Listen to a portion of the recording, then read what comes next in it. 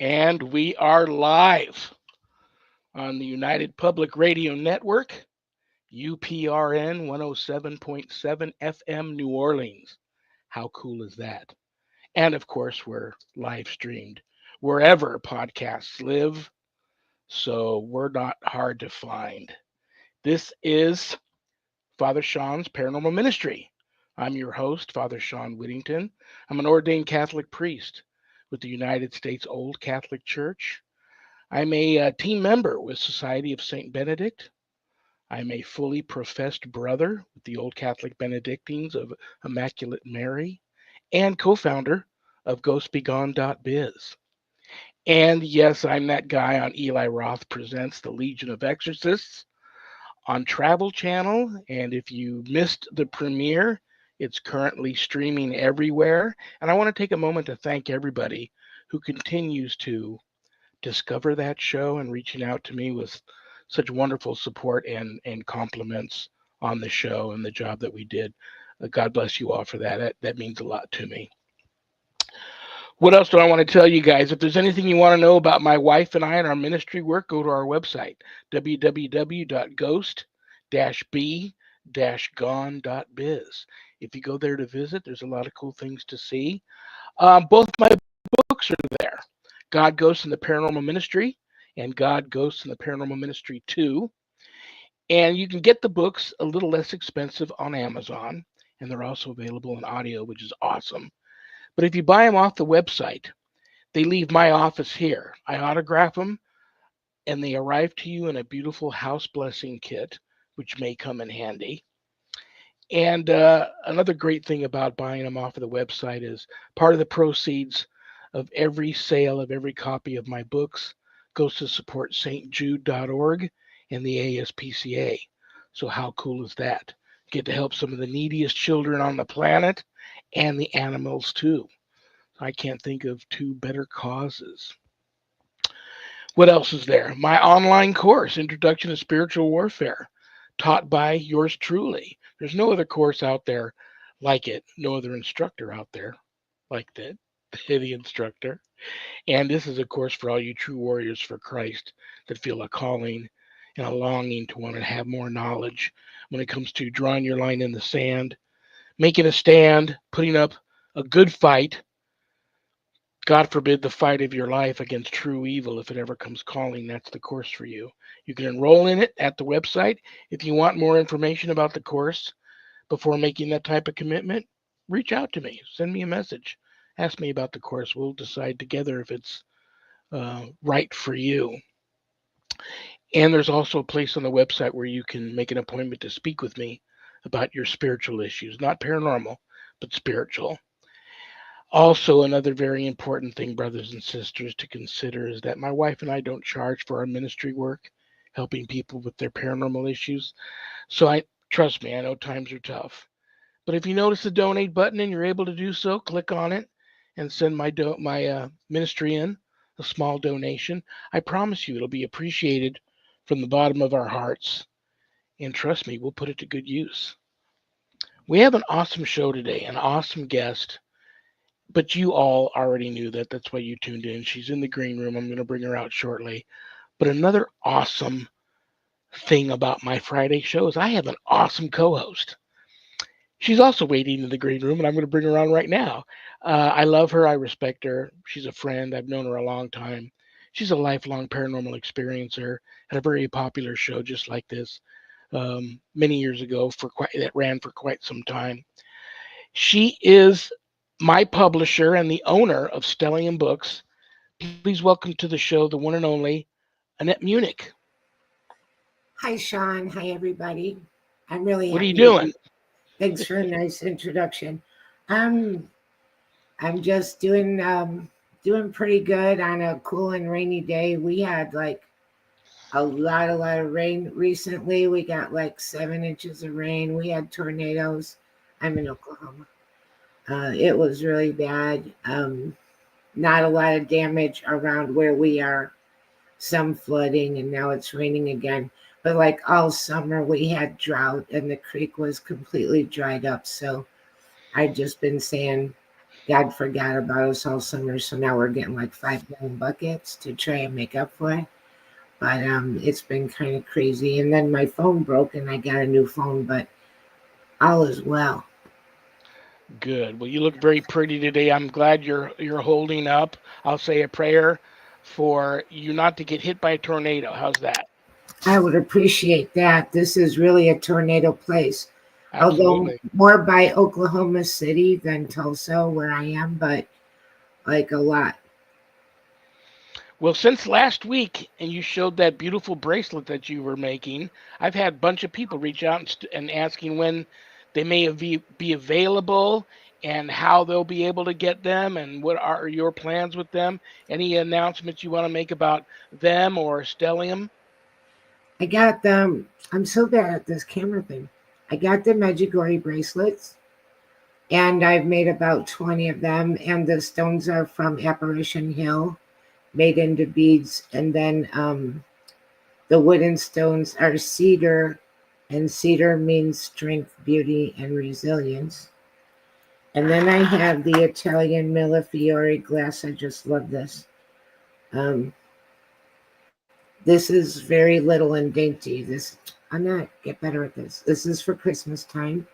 Cool. I'm gonna do the pictures of it and get them to Father Shawn, and then let's see, starting next week, I can give more details, and we'll give one of each kind away. And this is my sweetheart bracelet. That's Italian Millefiori glass Very too. cool. And all the beads are different, and then it has a heart drop. Um, so we're gonna get pictures for these. We're gonna give one of each of these away to our audience members, and I'll let everybody know how they can get them. But I'm really, really happy that people are interested. That's nice. I enjoy making them, truly. Well, I knew they would be awesome because you're also very artistic and crafty. I knew they would be awesome. So, um, You good know, luck it's with that. We'll work together on it, and we'll get some moved out. We'll get some sent out to some nice, deserving listeners, and it'll be fun. sure that'll be awesome. Are you ready to check the prayer urn real quick? I am.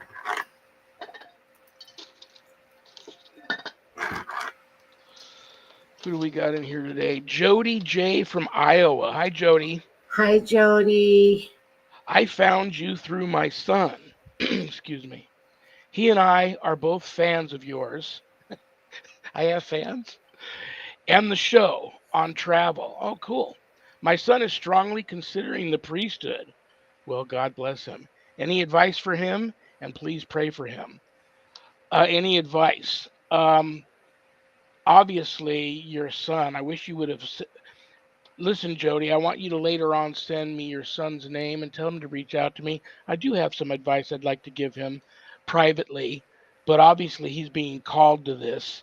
Um, so God bless him. It's a big endeavor. I mean, I entered the seminary at 60. Who does that?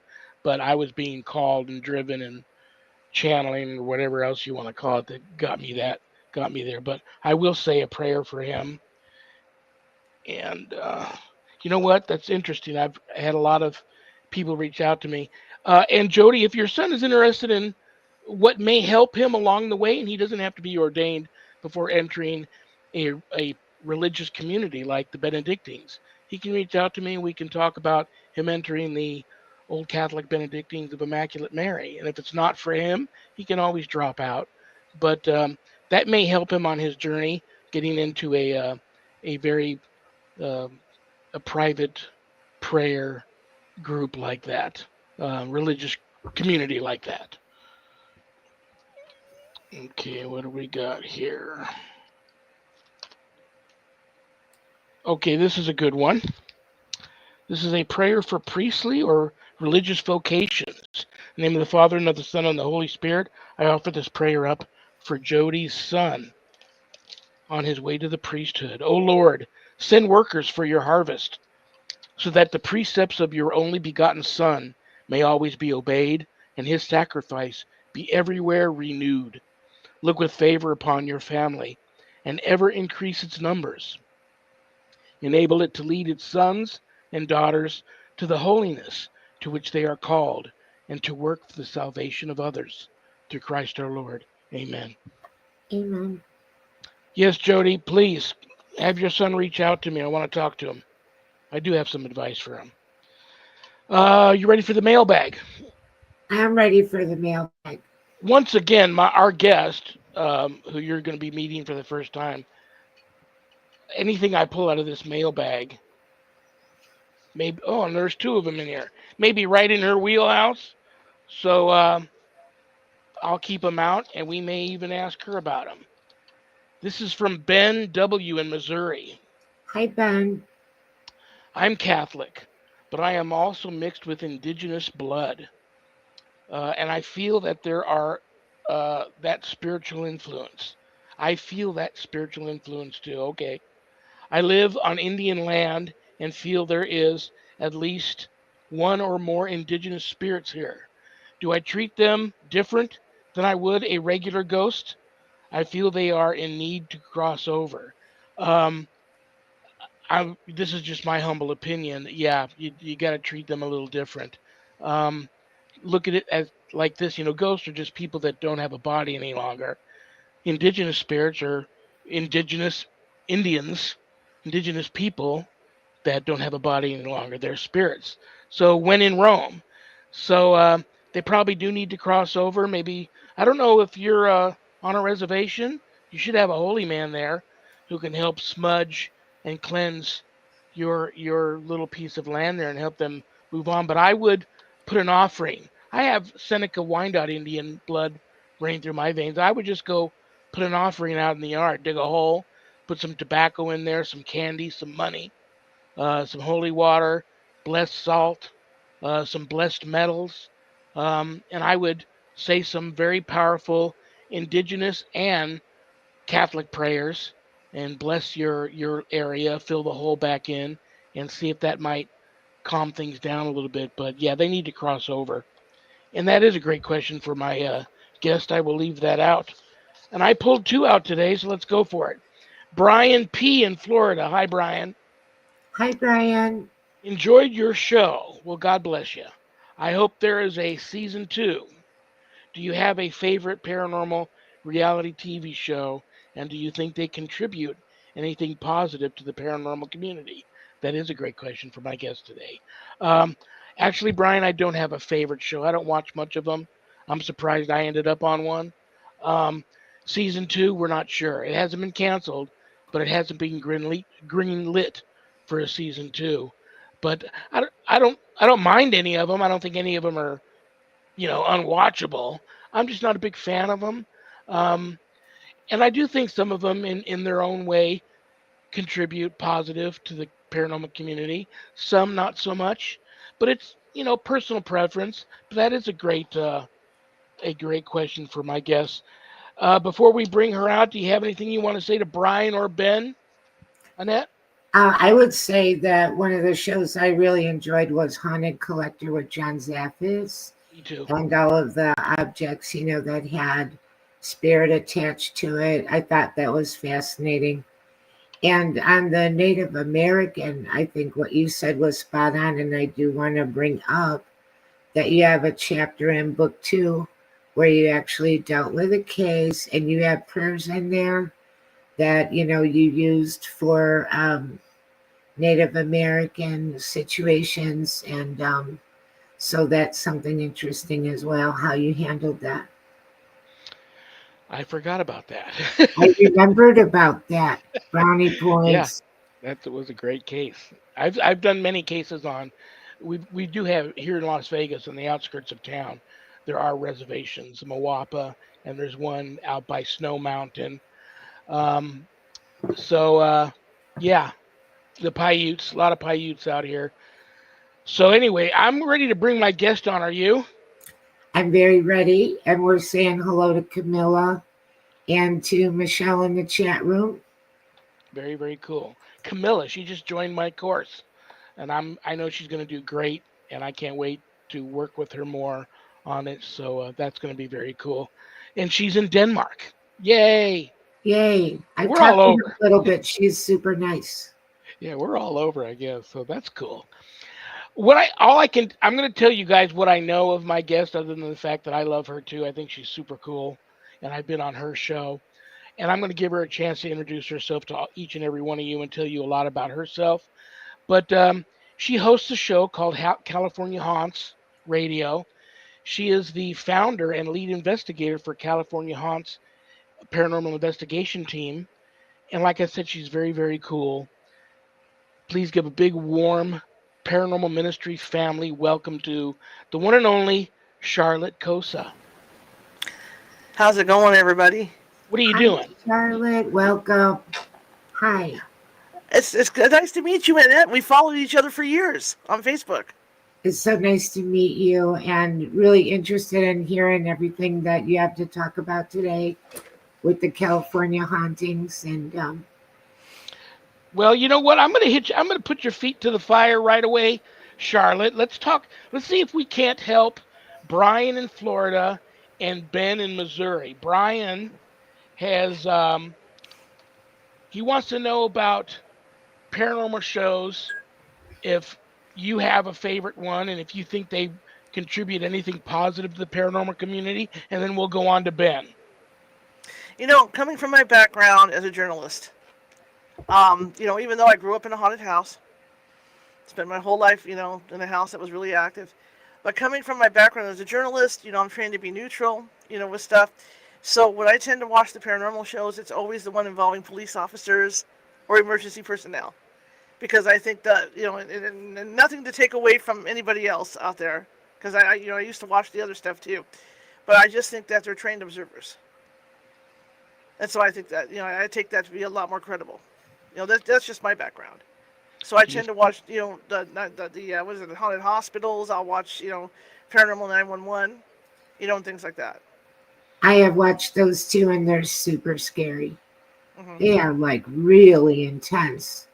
And I agree with you, the same thing with, when you're dealing with first responders and hospitals and, trained medical, that it lends another layer of credibility to it. And some of the stories are just like really, really scary, very scary. Mm-hmm. I'm going to throw a show out there at both of you guys, which, the only thing I've ever heard bad about it was that not more happened, not more evidence was caught. And that's usually from people that are just over the top, big time ghost adventure followers or the old Sure. ghost hunters shows. But I enjoyed, and it ran for a long time. I enjoyed, and now I can't remember the name of the show. The cop, the retired cop who investigates on his own. Oh, yeah. And then they got Amy, who's the Yep, psychic that was who comes fantastic. in there. I like that show because I work with a lot of gifted psychics like Amy, and I work with a lot of retired police officers who got really, most of them have had their fair share of encounters with the paranormal in while they were, on duty. And so that's how that bug got started for them, and it just snowballed. And then after they retired, they were able to put their investigating background and training into right into paranormal investigations and the Dead Files. There you go. Dead Yeah. Files, that's right. What did you guys think of that show? I like that show because I have 3 or 4 psychics on my team that I utilize, and I thought that they did a really good job. I liked the way he did the background check. I especially liked the people they would have on there doing the drawings. Where she would describe, and then they could actually see who she was talking about. I thought that was great. I've been trying to get somebody to do that for my team for years, to add that aspect. But yeah, I thought it was a great show. It had everything in there. It had that psychic aspect. It had him, doing all that like you say, doing all that background stuff. His knowledge being from the police. So it had just about everything. And again, it had talking about John Zaffis in Haunted Collector, loved it. Yeah. I know John Zaffis, and I've had several conversations with him over the years, and I learned all kinds of old school stuff watching that show. So that's another show that I like. But yeah, as far as Dead Files goes, absolutely, I really miss Dead Files. Yeah, that was a good show. I have no. I don't know if it just ran its you know, we don't know. I mean, Yeah. the producers and the network, they know if, numbers drop off, but I was surprised to see it go because it ran for many, many years. It ran for many years, and I watched a lot of episodes, a lot of seasons of that show, and it was like really beyond amazing, kind of stunning. Some of these otherworldly type Mhm. creatures that she Mhm. would see, that was really creepy, like things that you could never even imagine. Yeah. And like Charlotte was saying a minute ago, and then have somebody sketching that up so you could see what she's Yeah. describing. And that kind of broadens the horizon of everything, because just my opinion, Mhm. we're walking around and dealing with this, and we think human spirits, and we think maybe some other things, angels, demons, elementals, but we're not thinking of, and we can't really imagine. Like, I remember people drawing things that look like octopuses, octopi, just all kinds of creepy, crawly stuff. It's just really mind blowing. Octopi. I'm a There word for is octopi. there are so many. I'm not going to say creatures, but I guess the word would be entities. There's so many entities out there that we have no clue what they look like. Right. There's so much out there, and everybody seems to think, and like you say with these shows, hey, you don't have enough evidence, you don't have this, you don't have that. Well, a normal investigation isn't like the TV shows. It can get really boring. Out there when you're out in the field. Yeah. But it does, just like anybody else, as ghost investigate, as ghost hunters, we get excited too. We get excited when we bring back some evidence that jumps out at us. I've had calls, back and forth with people at 2 a.m. going, "Oh my God, did you see that? Did you see what we picked up? Did you see what we picked up?" But you don't know what these things look like, and especially when it comes to demons, right? You get Oh, this whole demon end of it, and they all don't look the same. Everything looks different, so you got to be really careful out there. But that's what I thought was so cool about that show. Like I said, was because you got an idea to see what these things look like. right. If I had one knock to give on the show, it would be this, and I'm thinking of a message that I got from a person that needed help, who said they just got done discovering the Legion of Exorcists, watched the whole thing, and then they watched an all-day marathon of Mhm. reruns of the Dead Files, and Mhm. they really liked that show, but said, many of the episodes end with them telling the client what they need to do to get help and to take care of the problem, and then some of them would have these check back in 6 months, and they'd say, okay, it's been 6 months, Mhm. person is still suffering with these issues and has not been able to get help. Mhm. So I wonder. I know that the cop on the show and Amy they're filming the show, so they're Mhm. very busy. They can't personally go back and help. But I wish there was more of a way that they could have made sure that people that could have helped connect them to that client. Right. Uh, Right. And, a lot of times her recommendations, she might even recommend a number of people to come in, kind of to tie it back to Mhm. our email we had a little while ago. Maybe recommend one kind of religious person, and then a shaman and a psychic, and like almost a team to come in there. And so that was kind of interesting. Her remedies could be really interesting as well, of how she thought you could get rid of it. Uh-oh. oh, did she come Wait, back on? here she comes. She's back. Yay. Lots of Yeah, new issues this week. Lots of people online. yeah, absolutely. Well, now let's see if we can help Ben. Okay. Ben in Missouri. He wants to know. He lives on indigenous land, and he Mhm. has indigenous blood in his system. I don't know if he's in on a reservation or not, but he feels that there are indigenous spirits on his land, Mhm. and he wants to know if he should treat them like regular disembodied human spirits or if they need to be treated different. And he feels they need to be led to cross over. They need to be treated. First off, they need to be treated with respect, especially indigenous spirits. And I agree with what you said. I agree with bearing tobacco. Doing an offering. Sometimes tobacco, sometimes little stones will work as well. And maybe like you said, some holy water, just something to give to them to make peace with them. Because if you don't make peace with them, they will get more and more active. And that's what I found over What the years. what I've also found interesting is, for the longest time, I always thought all indigenous people smudged, and I've talked Hmm. to many of them that don't use sage at all, or even Palo Santo wood or Hmm. sweetgrass. Um, I'm going to do my homework on that and see where that became such a popular thing, and who, Yeah. because I send plenty of that out in my blessing kits with instructions on how to use that stuff. But and I have talked to many indigenous that do use it, but I've talked to many that don't bother with that stuff. So I'd be interested to know, and maybe you do know, Hmm. how smudging developed. If it was like from pagan rituals, or do you have any idea on that? It was a pagan ritual thing that developed from that. But the Native Americans do use smudging. They actually have, or back in the real old days, they had like houses, where teepees, houses, whatever you want to call it, that were sealed off, and then they would Sweat burn the sage in lodges. there to purify people. Yeah, to purify bad spirits and people and stuff. And people would lay in there, while the sage burned. So Yeah. it's for purification. Yeah. But Well, what I and would also do, among other things, burning. yeah. What I also would do is, in the case if put giving them the objects doesn't work.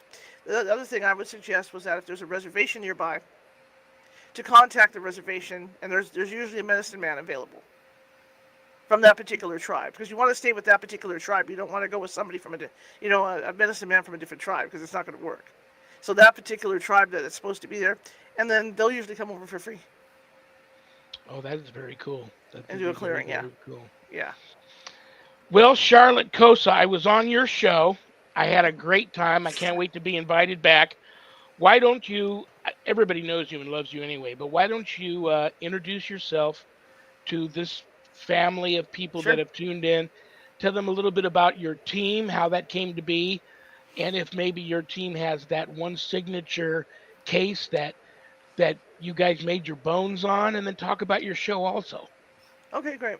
Well, for as far as the show goes, we're just starting to get back on the air. I didn't have internet for like 3 weeks. We were doing construction here, and the line got cut through, and Mhm. so I went through it with a different internet company. So it took me a while. So we're just getting back. We're going to do our first show today, and I started out. I realized I had abilities when I was young. I was 2 or 3 years old, and I was starting to see stuff in my house. And I remember my sister putting me to bed. Hey, Jerry. She's from my team. My sister carrying me to bed. But you know what I was seeing? It was kind of frightening. As a kid, I saw shadow people. And I remember my sister carrying me to bed into my bedroom, and I saw a shadow man walk by my window. That's the first one I remember seeing. And then I had experience where I saw faces coming out of my walls, things like that. When I was real young. Then you get to a certain point, you hit your teen years, and you get so busy, you kind of put that stuff on the back burner. So then, being a latchkey kid, I would come home in the afternoons from school, and I had like an hour and a half before my mother would come home. And I remember sitting at my little bar area up there, breakfast nook, and I was looking out to the west, and I saw this white, what looked like an angel. I think you'll like this, okay? What looked like an angel go across from my fireplace to our center divider. And I found out from my family that the original owners of this house, the sister, was a nun, a Catholic nun. Oh, wow. And they Wow. used to come over and play badminton in my backyard. So a few years later, I saw the angel go back the other way. And it looked like an angel. It was white, you could see the wings when it went across. And I got confirmation of that last year. I was out working on my front lawn. And this lady pulls up and she says, "Hey, I used to live at this house." And I said, "Yeah, I know the last name." And she says, "Yeah, my sister was a nun, and they used to play badminton in the backyard." So I got all this confirmation on it finally. That's very Anyway, cool. so I started to work a graveyard shift, and I would come home. Everybody would be in bed. I would come home, and we had these bar stools up there that squeaked, like when somebody was sitting on them. So I'd be sitting in the den having something to eat, and I could hear somebody on the bar stools, doing that whole squeaky thing. And the TV would turn on and off, and all this stuff was going on. So I got involved back in with I was into the paranormal, obviously, because of all that. And then my dad bought me this camera, and it was one of the first cameras you'd see on TV that they were using. And it had the floppy disk that went in there. I forget what brand it was. Yeah. And so I thought it'd be fun to go up to a haunted location up in the Gold Country and by the cemetery and take photos. And so I took my friend up there, and we drove up there in the evening. And by the time I got past this house, a voice in my head said, "Go home. Turn around and go home." And so I went up to the top of the hill, and then this fear came over me. So I was just glued to looking straight. My hands were on the steering wheel. And as we're driving past the cemetery, my friend goes, "Oh my God, there's a fog on the side of the cemetery. It's crossing the road." And I said, "I don't care." I just blew through. And we get home. I'm trying to calm down, and she was talking about seeing this mist, walking across the road. Do my research on the location, and that had a very tragic location. One of the owners had syphilis, and had gone mad, and so the wife had chained him down in the basement. And so when he passed away, and she passed away, they say that because they're all buried in that cemetery, they say that she will go back to the house at night to tuck people into bed. And so that's her crossing the road, is what my friend saw. But at that point, you had to pry my fingers off the steering wheel when I got back, And then I decided that it would be fun. I had a travel show called California Adventures before Disney wrote their thing, so I didn't get sued. And I thought it would be fun to go with the paranormal team. And then I was hooked. The second I went out with them, and it started from there. And then when we stopped filming that show, I took California Hauntings, which was the title of the TV show that we were filming. I just took it and applied it to the team I have now. And it's been 25 years. Wow. That we've been doing this. Almost 300 investigations. Do you guys have that one case that changed your team forever, and that when you guys get together around the California Haunts water cooler, that you guys always talk about? Oh yeah, absolutely. I think one of the most haunted places in Northern California would have to be the Woodland Opera House. It's certified haunted by the state, and you go in there, and they've got ladders that move across the stage back and forth. They've got a piano that moves across the stage. One of the stories is that when they used to have a sewing room downstairs, the ladies that were doing the costumes took a lunch break, came back, and all the thread was out of what they were working on. And a lot happened when we were there. A lot of weird things. I was up filming, and this is at the point we were filming as well. And one of the psychics, they put a shawl on her around her shoulders, and she says, "Take a picture." She says, "Take a picture." She's right in front of me. And they were talking to this Polish opera singer. And she says, "Take this picture." I have a picture. I don't have my website up right now, but I have a picture of white splotches right in front of her where she said this person was. Wow. And then, as I'm standing there filming, and we all heard it, we heard something fall and roll across the floor up there. And we're going, "Well, what is that?" We're looking at the ceiling. Nothing's fallen. We found one pearl, like off a pearl necklace, that had rolled. So it's kind of like poltergeist, and that stuff falls out. Yeah. Falls out of the weird globby stuff. And that happened there. We've also had a couple people push down the stairs over there. There's a gentleman who is like a stage manager, and he stands on the stairwell that goes up. And if he doesn't like you, he will shove you. He will either hold you back or shove you down off those stairs. And like every place back in those days, it burned. The place burned. So the story is that there was a volunteer firefighter who went in there to check it out to make sure nobody was in there. And the fire department didn't realize he was in there, so they locked the doors to keep the fire, to keep the fires contained. And the two men that set the fire were in there too. And so of course the place became engulfed, and he was up on the balcony, up on the second tier, and everything collapsed on him. And so when you go down into the basement part where the actors get their makeup on, you get to a certain corner there, you can feel head pain where where all that stuff came down on him. But he is still there. We have uh, gotten photos of well, not him generally, but um, there's these two red and green people there. They come on as red and green. It's a male and female. And you think it's bugs, but it's not. It's red and green. Because what happened was is I got a picture of them sitting in the, shooting down from the second tier, and I got a picture of the two of one the green thing in one seat and the red thing in the other seat. And then there was another film crew there filming us for a documentary, and the psychic and I were doing back and forth stuff, working together upstairs, and they kept going, "Hey, you know what? They're around your head. They're red and green. They're flying around your head up there." And it's supposed to be a male and female that are down there. But the interesting thing about all this is that we did get one apparition. I didn't get the photo. Another team got the photo. And we had just walked in the building. And she said, "I got to take a picture over there." And so she shot the photo. We didn't give it a second thought. Went home that night. Again, 2 a.m, right? All of a sudden the phone started ringing. And it's a full-body apparition.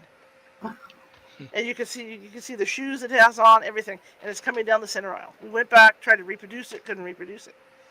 4 years later, when I went in with my team, I was up on the second balcony, and we had a news crew with us.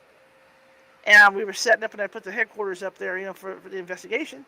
And one of my investigators came in behind me and was shooting photos off to the right. And I was sitting there, and he says, "Oh my God, look! We got the pictures of 2 or 3 pictures in a row where these 2 little kids sitting there." Wow. And they weren't there. I mean, I was sitting there watching it. So we got apparitions of them. But the story is with the fireman, he will not cross over.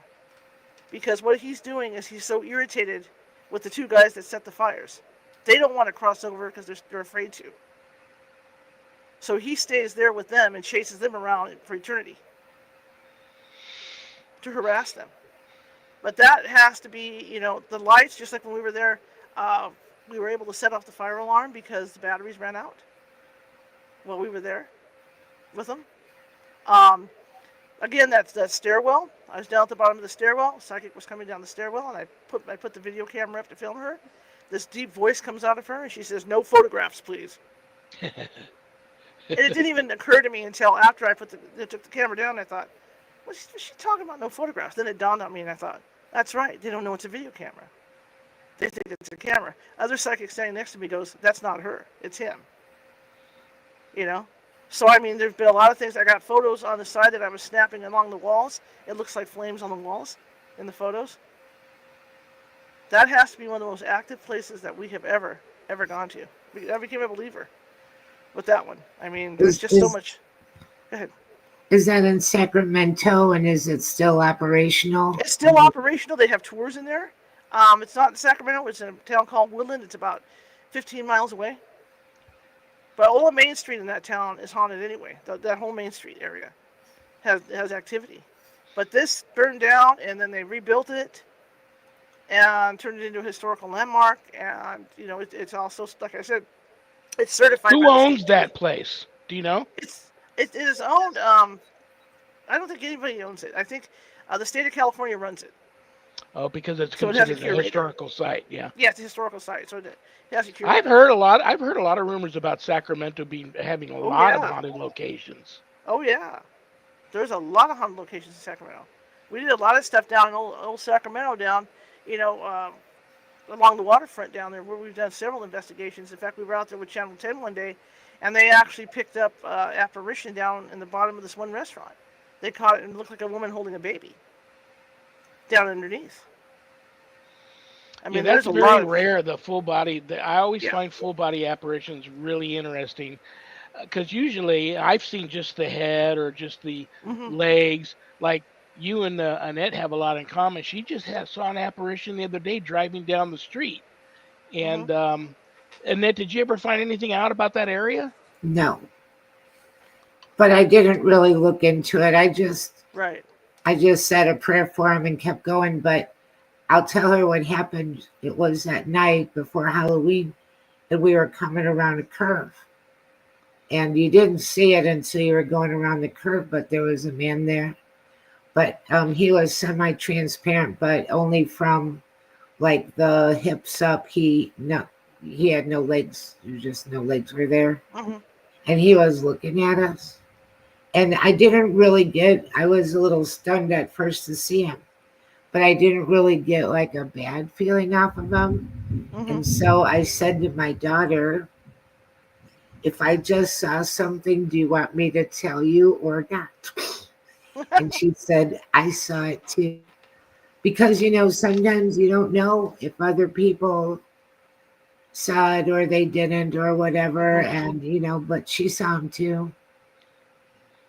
It's incredible. There's an area here in Sacramento, just a little bit outside Sacramento. It's called for Sites, and there used to be a Japanese internment camp transfer station there.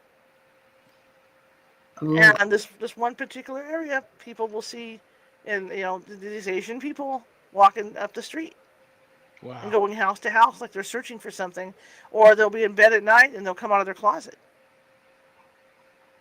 It's a very Wow. active area. Very a lot of sorrow. I would think it's a lot of sorrow, because they had to give up everything during the war. right, So I right. would think that's what's holding them there. But it's a very very active area. Sacramento is incredibly active. Especially certain, like I said, old Sacramento. There's certain spots where there's Indian, Native American stuff going on. You've got a combination of a lot of stuff going on here. A lot of I have stuff. a question to ask you, and it may be a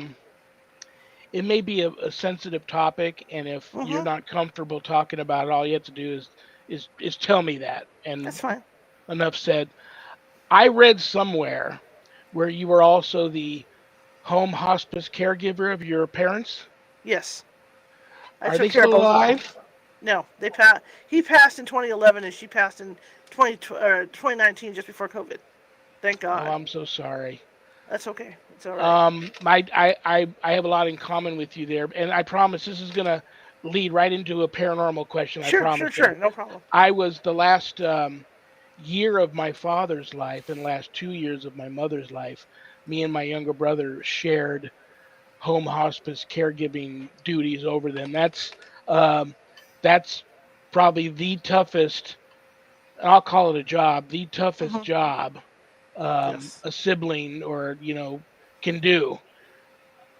But here's where the paranormal stuff comes in. My mother, who was a devout Catholic but very spiritual and saw spirit, not a big deal to her, and me and her have had many discussions about it over the years. My dad, not so much, although if he told the story once, he told it a million times how his life was saved by what he believed was his guardian angel during World War II. Mm-hmm. But then, other than that, we didn't talk about it much. He was Christian, but wasn't baptized till much later in life. Mm-hmm. But, and now not just them, but other elderly people that I knew that passed shortly after that.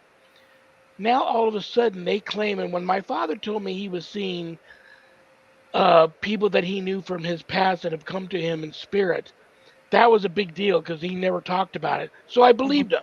I didn't think he was seeing things. He wasn't senile when he passed.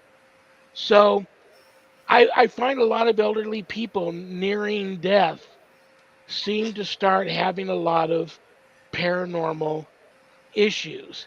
And did you experience that with your parents? And if not, do you have a theory on that? Oh, I did a lot of that. My mother was one of my best psychics. I can honestly say that. Um, the first time, it used to be when I was younger. She said, "I don't want to mess with that. It's spooky. I don't want it. I think it's awful. I don't want to mess with that." And the first time I noticed her doing it was I used to. Sometimes you don't get to do the prelims you want to do for investigations, and we were going to do a live stream from this restaurant in near Placerville. And I pull up there, and we're gonna go have lunch there, so I can question the people, kind of get a good feel for it. And we pull up in the parking lot. She says, "Oh, you see the children up there? They're playing." And I looked up and went, "There's no children up there." She says, "No, they're playing right there. I see them." So that's when she started to open up. She was in her 60s at that point, and that's when I first started taking notes. My dad, on the other hand, he believed in ghosts. His mother had come to him during World War II in one of those death images. Just as she died, she came to him. So he believed already. But my mother, kind of would dismiss her abilities. But as she got older, she was in my house. I mean, my house is active anyway. So she was talking to all the ghosts in my house and stuff. And I remember when she would go to the doctor and they would ask me, is she hallucinating? And I'd have to sit there and go, well, it depends what you mean by hallucinating. I'm a ghost hunter. The stuff that's going on isn't hallucination. She's actually talking to me. And I remember one time in particular, she's sitting on the couch, and I made her an egg salad sandwich. And I see her, like, putting the sandwich up in the air, then she covers her head. And I said, well, what are you doing? She says, I'm feeding them. But they keep bothering me. And I says, well, don't feed them and they won't come. Stop it. Yeah. Don't do that. But she was very, very acute towards the end. And we did one investigation where we were dealing with what I thought was a demon. And this thing was coming through a mirror. And I guess it had a tail. We didn't see it, of course. My mother was adamant because it was running away from us all the time. And so she stood up with her walker and she goes, don't you see it? You guys are stupid. It's right there. It's running up and down the stairs. And it's got a tail. So she was seeing this stuff. And, yeah, I agree. I mean, I think as people get older, that veil gets thinner. And they're going to see stuff. They're going to see stuff. They're going to see their relatives. I remember one night she was laying back here. And because her room was on the other side. It's my big studio. And I could hear her yell down the hallway, I'm not ready yet. Leave me alone. Like my dad had probably come for her. And she was just totally telling him. Back in here is a bathroom behind here. This was my dad's room. And he would face the direction behind me. And I remember him telling me that he was laying here at night and he would see someone passing back and forth in front of the mirror. He had me bring my equipment in here. He had me set the DVR up.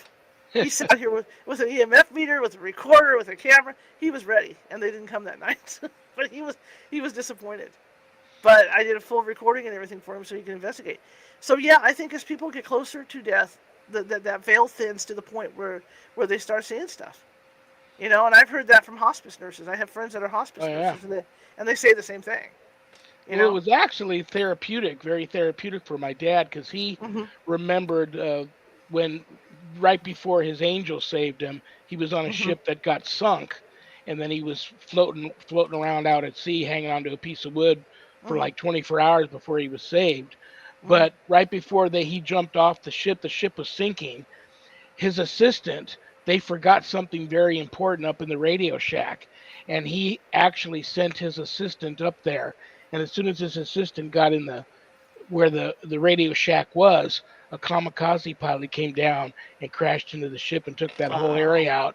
So he had that guilt all his life that he sent that young man to his death. Well, he said that young man came and visited him while he was napping in the living room in his house, and told him, whatever they talked about. He said, I had a good conversation with him, and I could tell that whatever they said relieved a big burden off him. But he also had a friend that he knew all his life, raised in Oklahoma with, best buddies.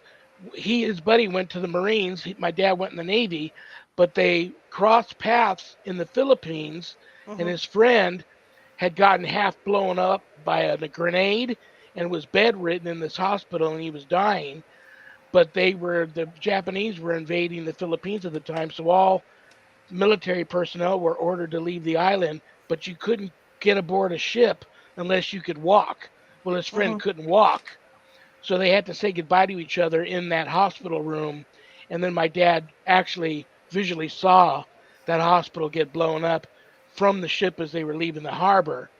So my dad always felt guilty for leaving his friend behind.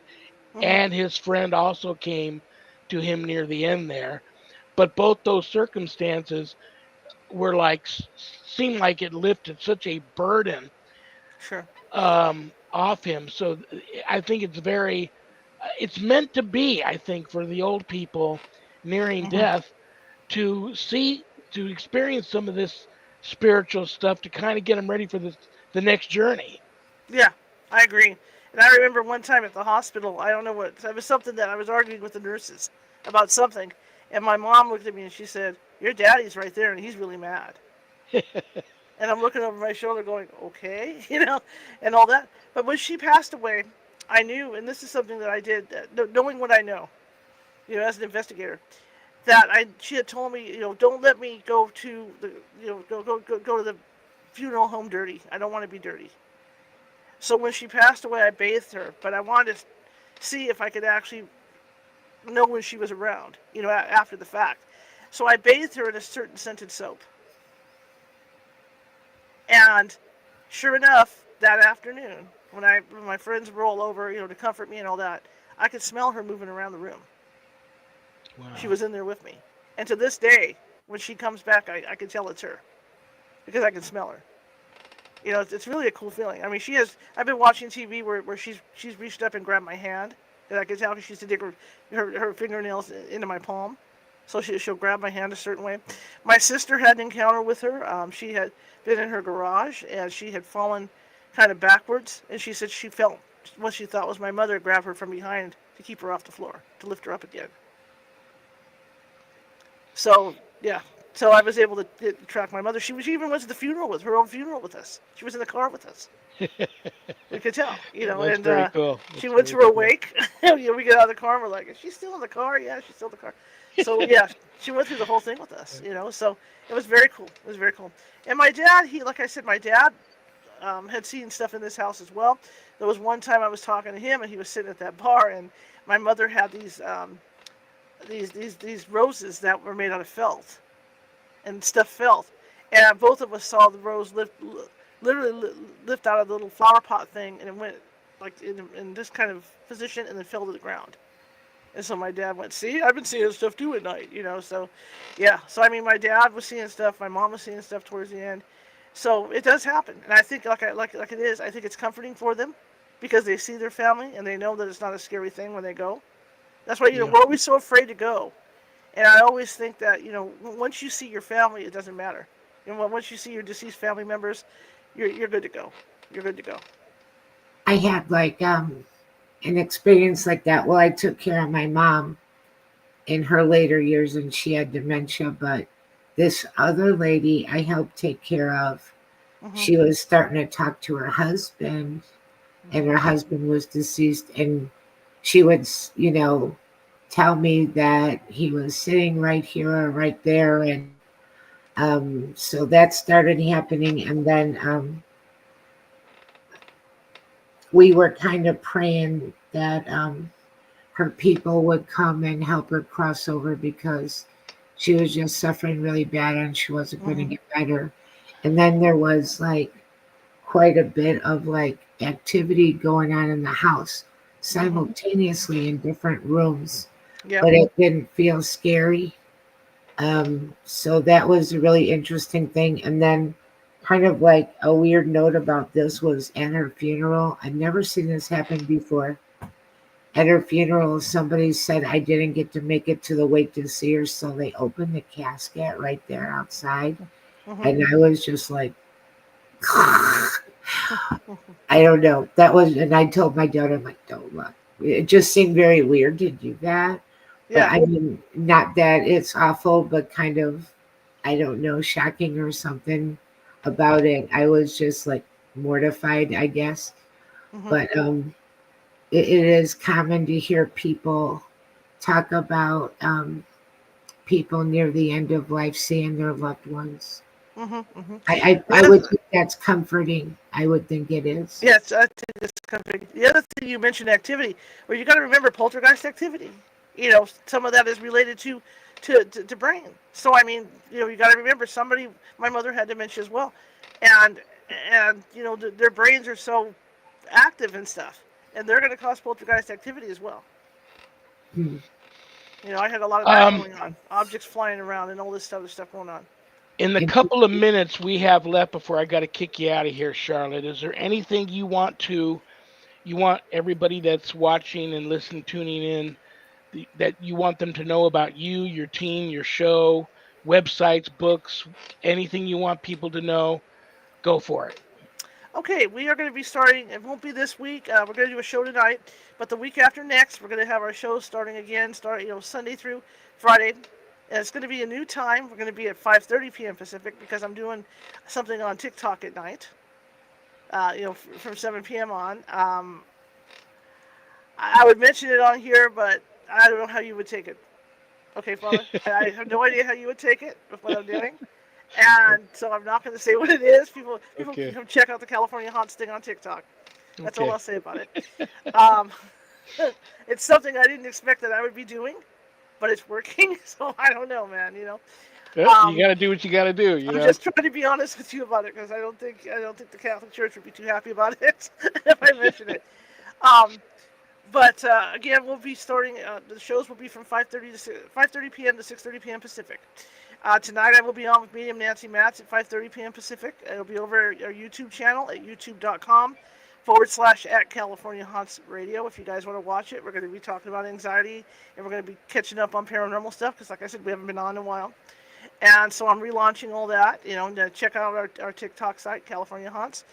And and I'm going to get my website back up and get all that active. Everything got behind, with all the construction here and all that. So all that's going to be coming back up. We're going to be doing some live investigating on TikTok as well, and we're going to try and do some of that on YouTube and Facebook too. And so, we got a lot coming up. And like I said, we're 45 strong up and down the state of California. So if anybody has a paranormal need, email me over at Caesar's Ghost 123 which one is it? Oh yeah, Caesar's Ghost 123 at Caesar's Ghost at yahoo.com, and then the other one's my business address, so I won't put that one out. But so it's gonna be busy. And Father, I would love to have you on again. Very cool. I'm there. Let me know. We'll get you back on.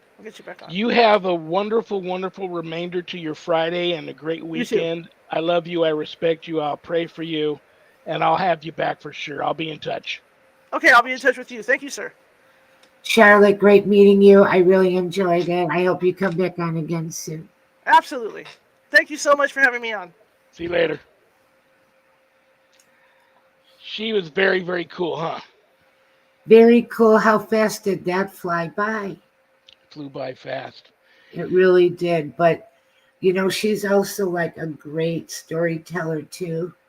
I really felt a lot of like emotion and felt like I was very drawn into what she was saying. It was really, really compelling. Next week, the 8th, guess who's coming? No, I'm sorry, the 15th. Guess who's going to be here?